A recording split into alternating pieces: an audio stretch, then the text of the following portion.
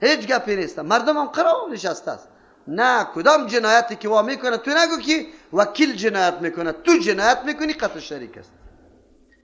وکالت است، شفاعت است. شفاعت ای را میگه یک کسی را برای یک پست مقرر میکنی، برای یک چی میرسانیشه، حالی تو رأی خود قطع رأی از او یک جای میکنی که جوره شود، قوت پیدا بکنه. پس انتخابات شفاعت هم است. از او خاطر انسان در انتخاب کاندید، زمانی که انتخابات اسلامی باشه، از طرف شورای اهل حل و عقد باشه، انتخاب خیلی مناسب باید بکنه. شورای اهل حل و عقد است، حالی تو میبینی در بین سمت مراعات نکو، زبان مراعات نکو، مذهب مراعات نکو، لهجه مراعات نکو، این گپا را کلش او طرف باد، شاهدید به خاطر الله متعال باشه. امروز او گپا نیست. عالم خودشان ولو که کفر بگوید درست است، عالم بیگانه ولو قرآن بگوید نادرست است. امروز کلی امی اساس است. در وطن ما برو مولای خودش در محله در 100% 95% مردم مخالف است. خو 5 خانه امونجا در مسجد یک کمی زوردار است، او را نگاه کرده. مردم دیگه حتی نماز ترک کرده، در جماعت نمیاد، لیکن بازم چون که 5 خانه در پشتش استاد است، اون مولا اصول نمیشه. چرا؟ دفاع میکنه. خب میفهمه، همین 5 خانه میفهمه که همین مولا خیانت کرده، وظیفه و مسئولیت خود ادا نکرده، لیاقت و اهلیت امامت نداره، صرف به خاطر وطنداری از او دفاع میکنه. شما ببینید تبایی ایمان چی را میگه؟ ایمان تبا کردن چی را میگه؟ این مردم ها گرفت، مردم از جماعت گذاشت، مردم نعوذ بالله از امامت منحرف ساخت. چقدر جنایات مرتکب میشه صرف به خاطر نگاه کردن یک مولا امام. اینجا شاهدی به خاطر الله نمیده که مولا را بگوید که بله بچه کاکای مستی، بیادرزاده و نواسه مستی، لیکن اهلیت امامت نداری، مردم از پیش درازی نیست، پناهت به الله برو بخیر. شهادت برای الله اینه میره میگه قوامین بالقسط یا قوامین لله، مستحکم و پایدار برای الله باشه انسان، لحاظ دین الله را بکنه، از کسی دیگری را نه. لیکن امروز طور نیست الله رحم بکنه. ولا یجرمنکم شنآن قوم، باعث نشوه وادار نسازه شما را شنآن قوم، دشمنی یک قوم، علا بالای سخن الله تعدیلو که شما عدالت نکنی امرایشان. صحیحسته که دشمنی تسمى موقع آمد بالکل عدالت مراعات بکن. اعدلو، شما عدالت بکنید تمام عرصه های زندگیتان، در هر موقع و مسئله. هو اقرب، و همی عدالت کردن خیلی نزدیک است، للتقوا، برای تقوا. اسباب تقوا زیاد است، لیکن نزدیکترین سبب این همی عدالت کردن است. واتقوا الله، باز الله متعال میگه از الله بترسه. اینطور فکر نکنی که زندگی همینطور تیر میشه، نه محاسبه است، نه ثبت و سجل است، و نه کتاب و حساب و کتاب است. نه، از الله بترسه. این صحنه ها تیر میشه، این روزا تیر میشه، ولی از تو الله سوال میکنه که مولا را چرا نگاه کردی؟ مولا صاحب تو چرا سنت رسول الله را پنهان کردی از مردم؟ چرا بیان نکردی؟ به خاطر الله شایدی بدی. از الله بترسه. ترس از الله خیلی ضروری است. چرا که الله هر وقت تو را انتقام هم از پیشت گرفته میتونه، عذاب هم داده میتونه، و مراقب تست میبیند. ان الله خبیر بما تعملون، الله خبردار است با آن چیزی که شما عمل میکنه. کل کردارا، کل اعمال شما زیر مراقبت الله قرار داره که عمل به خاطر چی انجام میده. چقدر سخت است. نماز میخوانی به خاطر چی؟ روزه میگیری به خاطر کی؟ حج میری به خاطر چی؟ زکات میدی به خاطر چی؟ کلش الله متعال مکمل میدانه. چطور انسان باشه که این عقیده را بالای الله داشته باشه، از این صفت خبیر بودن الله معلومات داشته باشه، باز عملش برای ریا باشه، خودنمایی باشه، شهرت طلبی باشه، به این خاطر باشه، باز چی به درد میخوره؟ او اعمال خود هباء منثورا میشه، مکمل برباد میشه اگر عمل به خاطر رضای الله نبود. دوستی دشمنی مکمل به خاطر رضای الله. وعد الله الذين آمنوا، وعده کرد الله امرای کسانی که ایمان آورده، عقیده صحیح داره، ایمان قرآنی، و عمل الصالحات، عمل درست انجام داده به مقتضای ایمان. چی وعده را کرده؟ لهم، برای تو مردم، مغفرتون، بخشش است، و اجر است، عظیم، بزرگ. در دنیا برش بخشش است. بعضی خطاها، بعضی قصور و کوتاهی که از این میشه الله معاف میکنه. چرا؟ اراده انسان بسیار پاک و صاف است، موحد است، هر عملش به خاطر رضای الله است، اما بس اوقات از پیشش بعضی کمی و کاستی میشه. امی کمی کاستی را الله به برکت همون عقیده صحیح که داره که هر عمل خود به خاطر رضای الله انجام میده کمی کاستی را معاف میکنه و اجر عظیم در آخرت برات میده. چطور یک انسان عالی یک عمل خود به خاطر رضای الله نکنه؟ والذین کفروا، کسانی که انکار میکنه از نظام الله، توحید الله، و کذبوا بیااتنا، انکار میکنه، کفروا انکار میکنه در قلب خود، و کذبوا به زبان خود نسبت دروغ میکنه بیااتنا، به احکام ما، به دلایل توحید ما، کل معانی سیست. اولئک ای مردم اصحاب الجحیم، یا ملازمین جهنم است، آتش است. این مردمان نجات برشان نیست. چرا؟ به خاطری که انکار کرد از توحید الله، از عقیده الله. عمل ازی به خاطر الله نیست، عمل ازی فقط منافع دیگر، اهداف دیگری داره. امروز دنیای کفر میبینی به عنوانا و به چی فهرستای مختلف داخل وطن میشه، کارای خیلی چیستا که در او مصارف انگفت میشه انجام میده، اما اهداف غلطی داره، به خاطر رضای الله نیست. یا ایها الذین آمنوا، باز خطاب است ای کسانی که ایمان آورده، مقتضای ایمان است، لوازم ایمان است. اذکروا نعمت الله علیکم، یاد کنید نعمت الله را بالای شما. نعمت الله کدام است؟ از هم قوم، در آن وقتی که قصد کرد یک قوم، ایبسطوا که دراز کنه، الیکم بسوی شما، ایدیهم دستای خدا، برای حمله کردن بالای شما. شما خیلی تعدادی کم بوده. فکف ایدیهم، پس بند کرد الله دست درازی از یاره، عنکم از شما، دیگه نعمت الله را بکشی. واتقوا الله، بترسی از الله متعال، نافرمانی و مخالفت احکام الله را نکنی، شما زیاد پابند احکام الله باشی. و علی الله فلیتوکل المؤمنون، خاص بالای الله باید اعتماد بکنه و کسایی که واقعا مؤمن است. شان مؤمن است که اعتماد به اسباب و وسایل نمیکنه، بلکه بالای الله متعال بکنه. بله اسباب کار از پیش کار بگیره، اما اسباب مؤثر نمیدانه، اعتماد بالای الله متعال داره. در مورد این آیات ها اگرچه مفسرین شان نزول های متعدد ذکر کردن. پیغمبر علیه السلام در یک موقع جنگ جهاد پس آمدن، صحابه مانده و زله بودن، در یک جای دمراسی کردن، هر کس در زیر یک درخت رفت، در زیر سایه درخت امونجا خواب کرد. پیغمبر علیه السلام هم در زیر یک درخت بود. در مو موقع کفار بود، قریش نزدیک بود، دید که بس صحابان کلش خواب است، از موقع استفاده کرده آمد در سری پیغمبر صلی الله علیه وسلم و دست شمشیر پیغمبر علیه السلام گرفت، در سری پیغمبر السلام نشست، گفت کی تو من یمنعک عنی، کیست که تو را مانع شو از ما، آلی من تو را میکشم. پیغمبر علیه السلام گفت الله یمنعنی، الله منع میکنه از تو. باز گفت دو دفعه، سوم دفعه که گفت شمشیر از دستش قلات شد، رعب گرفت، هیبت گرفت، لرزه. پیغمبر علیه السلام خیست این مردکه را چپا کرد، گفت کیست که اینا تو را از ما خلاص کن. الله متعال در این واقعه اشاره میکنه، سعی که مردم دست درازی میکرد، موقعی بود که تو را بالکل آلی قتل میکرد نعوذ بالله، اما الله متعال بند کرد. اینطوری واقعات در مورد پیامبر صلی الله علیه وسلم بسیار شده. میمانی کردشه، شاندشه که از بالا سنگ سرش پرتاب کنه، الله متعال جبریل امین روان کرده، پیغمبر علیه السلام خبر شده، دستی از اونجای خیسته. رقم دسایس در مورد پیامبر صلی الله علیه وسلم یا برابر کرده. اما آیت عموم اشاره میکنه، مردم خیلی کم بوده، ضعیف، چند دانه غلام دیگه کس نبود. اگر امی کفار یک دست یکی میکرد، هیچ یک روز فقط نسواری امی مردم نمیشودی. الله متعال رعب شما را در قلب از وا انداخته بود، نمیتونستن که سر شما حمله بکنه. یک دفعه مرا کسی گفت که مولوی صاحب در مقابل خود شما خیلی کم هستی، چطور مانده؟ برایش گفتم ماندن الله متعال رعب در قلب دشمن مندازه. آیا اینطور وانمود میکنم که خطیازیا فلانی استاده است، فلانی استاده است، حالا که فلانی دشمنی ما، فلانی ما را حتی یک دقیقه نمیگذاره. الله متعالی رعب در قلب دشمن میندازه، اینطور فکر میکنه که کل مردم قطعی ما است. پیغمبر علیه السلام در ابتدای مرحله هیچ کسی نبود، چند دانه غلام پیغمبر علیه السلام بود. کفار مکه اگر یک تصمیم میگرفتن مکمل به کسی نمیرسید و همو تصمیم گرفتن آخر الامر که پیغمبر علیه السلام مامور به هجرت شد، در جای خود علی رضی الله عنه را خواباند، با ابوبکر رضی الله عنه راه هجرت در پیش گرفت. الله متعال به چه قسم اسباب و وسایل پیغمبر علیه السلام نجات داده.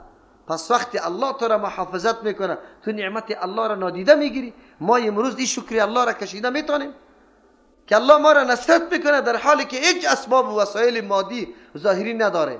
یک روز کسی مرا میگه مولوی فلانی را میشناسی، یک واسطه شو. ما گفتم مرا نگو واسطه شو، یقین بکن اگه یک نفر که بشناسم هیچ کس هم نمیشناسم. الحمدلله نمیشناسم. الله ما را ضرورتی ما را پیدا نکنه که ما برای از او محتاج شویم. آزاد الله ما را توفیق بده دین بیان کنیم.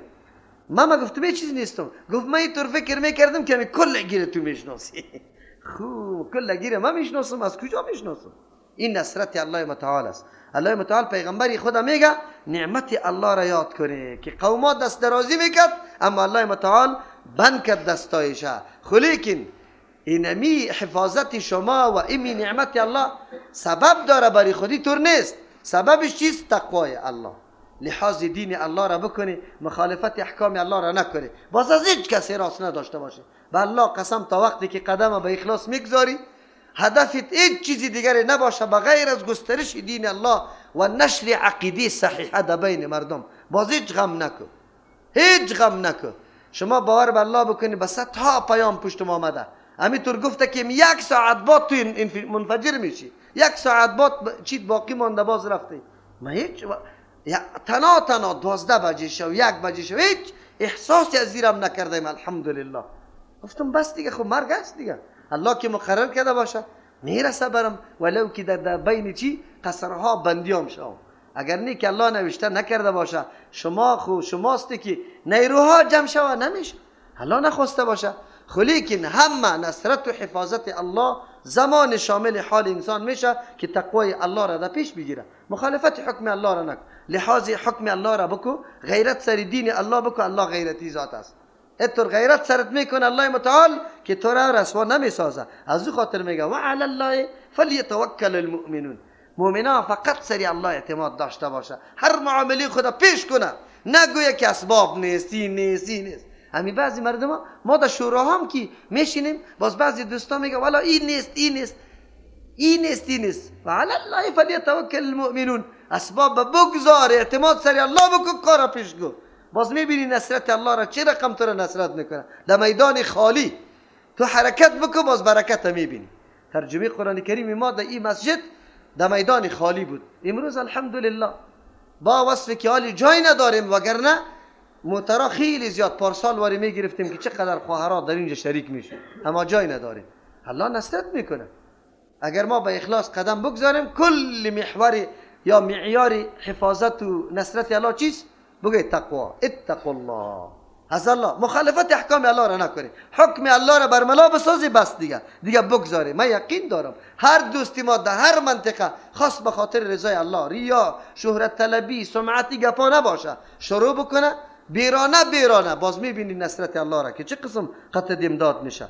ولقد اخذ الله میثاق بنی اسرائیل، یقینا الله گرفته بود میثاق بنی اسرائیل، وعده محکم از بنی اسرائیل. و بعثنا منهم 12 نقیبا، الله میگه ما روان کرده بودیم از جمع از یا 12 نقیبا، تفتیش کننده و سردارا را. الله متعال عالی بیان میکنه ناقضین عهد، پیمانای الله را چه قسم مردم میده کرد، نادیده گرفت. هر کس که پیمان الله را میده میکنه دوچار مصیبت و مشکل میشه. رسوایی و ذلت فقط و فقط لازم است که پیمان الله را میده میکنی، بس دیگه نصرت الله از پیشت گرفته میشه. قرآن میگه خلاص در یک کلمه ان تنصر الله ینصر. هیچ کس در این مخالفت نمیتونه. یک آدم میگه چرا ما مسلمان ها در این حالتی ناگوار قرار داریم، چرا این حالتی زشت قرار داریم؟ قرآن فیصله کرد، آسان گپ است. ان تنصر الله ینصرکم.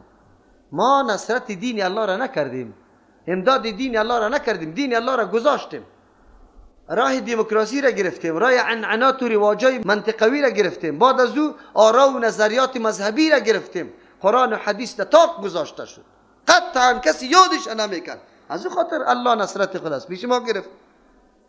حالا اگر کسی میخواد که نصرت الله قطعش باشه، بیاید دین الله را نصرت کنه. خلاص دین الله چه قسم در مردم بیا، مردم یک دفعه عقیده توحید الله را بشناسه، عمل به سنت رسول الله را بکنه، قدر و منزلت پیغمبر خدا بدانه، سنت مقام و منزلتش بدانه.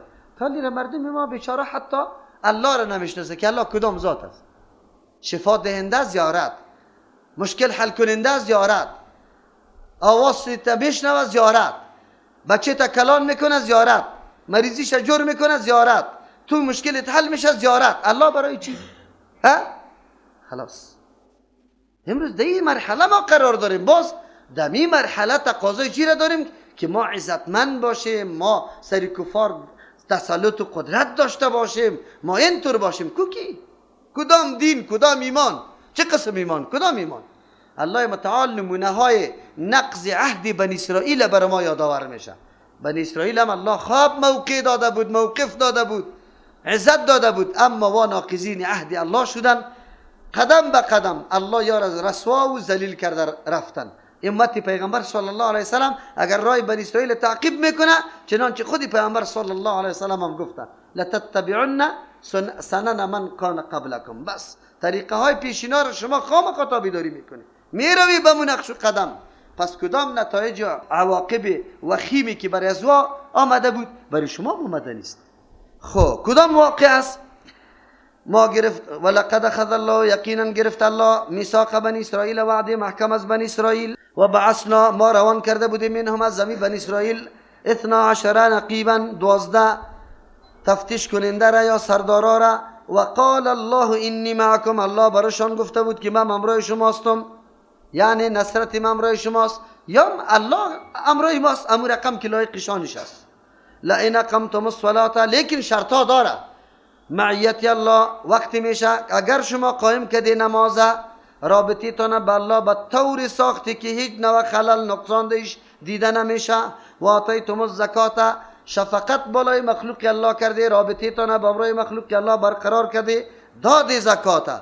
و آمنتم برسولی، ایمان آورده بالای پیغمبران ما، همه پیغمبران ما را پذیرفتی. ایمان به پیغمبران چی معنا داره؟ تشریح میکنم. و عزرتموهم، و شما کمک کرده، نصرت کرده، مدافعت کرده در مقابل دشمنان پیغمبران. و اقرضتم الله قرضا حسنا، داد شما یعنی مصرف کرده، انفاق کرده برای الله قرضا حسنا، قرض حسن که به اخلاص باشه، یک نوع آلایش و ریا و گپادش نباشه.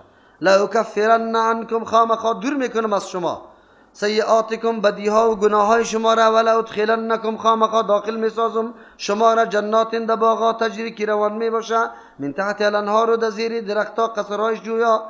فمن کفر بعد ذلك، کسی که انکار میکنه پس از اینمی اینا میثاق داده باز غدر میکنه. انبیاء علیهم السلام ایمان سرش نمیاره، مقام و منزلت پیغمبران را نمیشناسه، مدافعت نمیکنه از پیغمبران در مقابل چی؟ دشمنایش. این کارا را نمیکنه. دیگه الله میفرمه کسی که این کار میکنه پس از این منکم از شما فقط ضل سواء السبیل، یقینا خطا کرده، گمراه شده از راه درست، راه برابر مستقیم ای گمراه شده، رفته راه دیگر را پیش گرفته، راه حقیقی را پیش نگرفته. الله متعال از بنی اسرائیل تعهد گرفته، 12 نفر مقرر کرده. در دین مقدس اسلام مسئله تنظیم و تنظیم بازی در موقعی که در اونجا نظم مراعات شوه، مسائل پیش بره، در اونجا تنظیم درست است. اما تنظیم مقتدا جور کردن که نعوذ بالله هر امر تنظیم پیش مطرح باشه، امر الله نه، اینی را الله خوش نداره. از همون خاطر است که در نظام اسلام تحزب، تنظیمگرایی قطعا نادرست است. کلگی یک مسلمان است، خلاص یک مسلمان است، ضرورت به این نیست که یک نام علیحده بالای خود بگذاری. از همون خاطر ما که سلفی میگیم یک تنظیم نیست، تنظیم نمیگیم. اگر مفهوم سلفیت تنظیم شه باز ما نیستیم. وقتی میگیم سلفی یعنی به منهج سلف فهم دین خدا، عمل دین خدا ما چیست در سر میرسانیم. فقط عقیده ما مثل عقیده سلف باشه، تنظیم نیست. ما مسلمان هستیم، فقط هم یک نام برای ما کفایت میکنه، دیگه نمیکنیم. اما برای انتظامات اموری دنیا دل یا طایفه جور کردن بالکل درست است. سردمندی مکاتب امر ضروری است. چرا یک شاگرد در یک مستوی است، دیگه در دیگه مستوی، کلگی را در یک صنف گذاشتن ظلم است والای ازیا. الله متعال برای انتظامات امور دنیا تنظیم یعنی جماعت جور کردن بسیار ضروری است. بنی اسرائیل 12 قوم بودن، هر قوم همیشه تابع ملک خود می باشه. کسی که در اونجا چی هست؟ کلان است. و یک نفر وقتی میخواه با کلی مردم سخن بگه، بعد قطی ملکش گپ بزن، ملک میره قطی کلی مردم گپ بزنه. از همون خاطر امی وکیلا یا پارلمان امی حیثیت داره. ریاست جمهوری نمیتونه با کل مردم در تماس باشه، قطع هر کس علایده در تلفن گپ بزنه.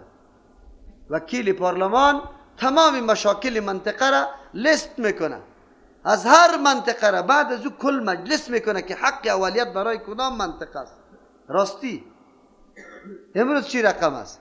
امروز وکیلا را بگذار شوراهای قومی جور میشه. شورای قومی برای چی؟ کلی هم و غمش که ما در قوم خود خدمت کنیم. اگر مکتب در یک قریه میره که در او قریه یک مکتب هم بچه‌شم دیده نمیشه، او را دور میدیم. در قریه که 49 مکتب داره، می 50 میشه است، امی مکتب هم دور میدم و افتخارم میکنم، میگم که قومم خوش میسازم کسایی که مکتب دور دادم اینا برای شما مکتب جور کردم. تو ظلم کردی، تو حق مردم تلف کردی. در این مملکت هلمند هم است، فرام است، کابل هم است، لوگر هم است، کاپیسا هم است، پروان هم است، پنجشیر هم است. چطور در یک منطقه که خورد که 30,000 نفوس نداره، چندین لیسه وجود داره، اما در یک ولایت یک لیسه وجود نداره، باز تو لاف میزنی که من خدمت کردم در قوم. کسی که به نام خدمتی قوم کار میکنه او دین نداره، او پابند دین نیست. آیا او مسلمان نیست که در یک منطقه دور حتی خیمه نداره؟ ملاها باز در اینطور شوراهای قومی شریک است. ملا، همین ملای ناملا که نه دین نمیفهمه نه مفهوم دین نمیفهمه، خطی از بازم نواز خوش است. چی میگه؟ والا دفاع از قوم بکنیم. از قوم دفاع میکنیم؟ از الله دفاع بکن، از دین الله، از دین الله دفاع بکن، از مظلوم دفاع بکن. عدالت هم یادی نگفت اعدلو، عدالت بکنیم. یعنی مشکلات ماست. مفهوم دین تاری کسی نفهمیده. یک نفهمید دین مفهومش تحقق پیدا کنه در اذهان مردم. وکیلی ما نمیدانه، وزیری ما نمیدانه این دینه. ان الله یأمرکم ان تؤدوا الامانات الی اهلها، پیش خواندیم امانات به اهلش سپرده شود. به اهل سپرده شده. در هر پست بچه کاکا، ماما، خاله، عمه، وزیر است، خیر و خلاص. در هر پست وکیل صاحبا که همی فقط در وکالت برسه، باز دیگه از خاندانشان یک نفرم بی وظیفه نمیمانه. در هر وزیر پیشنهاد است، این بچه کاکایم است، این بچه مامایم است. یک روز نگفت که اونمو غریبی بیچاره و اهلیت و لیاقتش واقعا وزارت داره، او لیاقت داره. نه او دور شود، او منفک شود. خوش هستن ما وکیل هستیم، در روز قیامت به الله جواب نداره شما. معاویه رضی الله عنه خط نوشته کرد به مادر مومنا. چقدر تواضع بود در صحابه، چقدر در غم آخرت بودن. خط نوشته کرد یا ام المؤمنین، بدترین عمل یا بدترین کار چیست؟ پس برش نوشته کرد بدترین عمل و کار اوست، بدترین شخص او کسی است که دین خدا به خاطر دنیای دیگران تباه و برباد می سازد.